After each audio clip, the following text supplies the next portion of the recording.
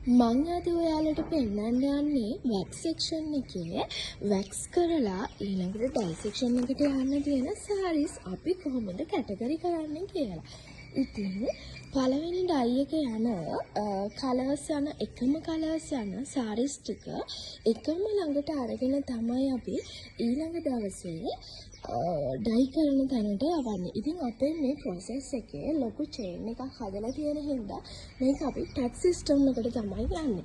ඉතින් මුලින්ම වැක්ස් කරන කෙනා අපි අදාළ සාරි එකට දෙන ජැකට් එක සාරි එක ගැන විස්තර දාලා කවුද වැක්ස් කරේ, කවුද මේක මැටීරියල් එක ස්ටොක් එකෙන් එළියට දුන්නේ සහ ඊළඟට ඩයි දාන්න කාටද දෙන්නේ කියන විස්තරය ඒ ටැග් එක ඇතුලේ තියෙනවා.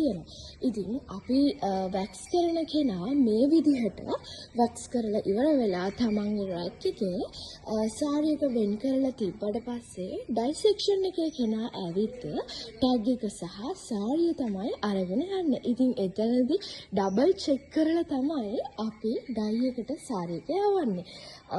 මේ එක තැනක් විතරයි වැක්ස් එකෙන් ඩයි එකට මැටීරියල් එක සාරි එක යන විදිහ විතරයි. ඉතින් එතනින් එහාට මේ බතික් එකේ කොච්චරනම් ප්‍රොසෙස් එකක් තියෙනවද? ඉතින් අපි ඒකට අවුරුදු 5ක් ඇතුළත ලබාගත් අත්දැකීම් එක්ක සමහර දේවල් වෙනස් කරගෙන ඉතින් ලේසි ක්‍රම වලට ගිහිල්ලා තියෙනවා. අලුතින් බතික් කරන්න එන හැමෝටම ඒ ක්‍රම ටිකින් ටික කියලා දෙන්න අපි ලෑස්ති.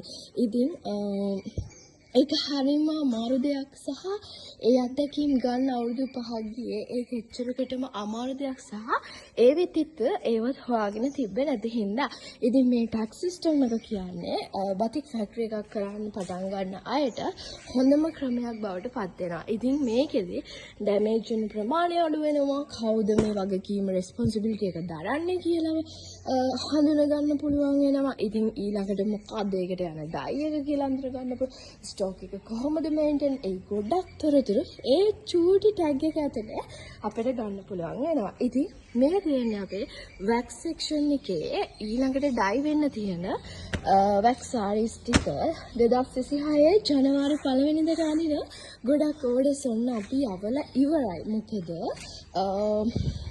ඩිලිවරි එක පරක්කු වෙයි කියලා බයද අපි හැම අවුරුද්දකටම වඩා කලින් මේ අවුරුද්දේ අපේ ඕඩර්ස් ටික යවුවා. ඉතින් ඒවා දැන් අද හෙට ඇතුළත ඩිලිවර් වෙනවා ඇති. එතකල් ඉවසීමෙන් බලන් ඉන්න කියලා තමයි කියන්නේ. අදත් ඕඩර්ස් ගන්නවා. අදත් පාර්සල් 60ක් 70කට ආසන්නව යනවා. ඊයේ නිවාඩු හින්දා ඔන්න අපි පාර්සල් ටික ඔක්කොම උදේම පැක් කරලා තියුවා කුරියරයකට අරන් යන්න.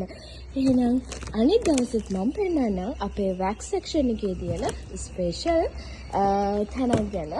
ඒකට බලාගෙන ඉන්න.